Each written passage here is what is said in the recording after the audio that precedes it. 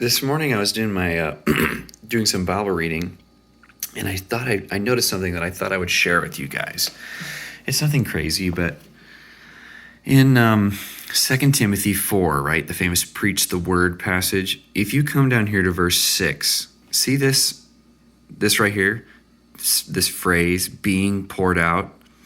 Well, in the Greek, that's actually one word, and it's what's called a dyslegomenon.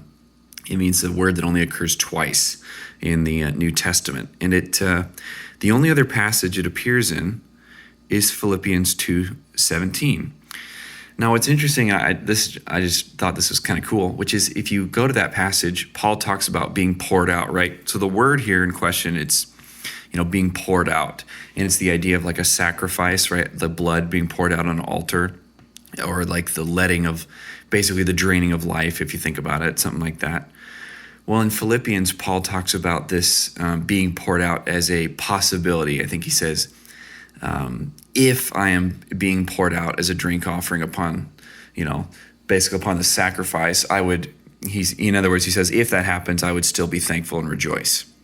Whereas here, and in 2 Timothy, everyone agrees that 2 Timothy is Paul's last letter that he wrote before his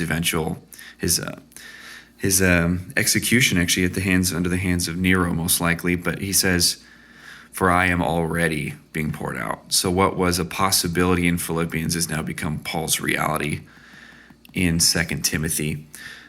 I was thinking about that and thinking, we talk about suffering for Christ. We talk about things that could happen to us. We always talk about it as a possibility. Like in Philippians, he says, if that happens, I hope I handle it well. And then we see Paul, he's in the belly of the beast.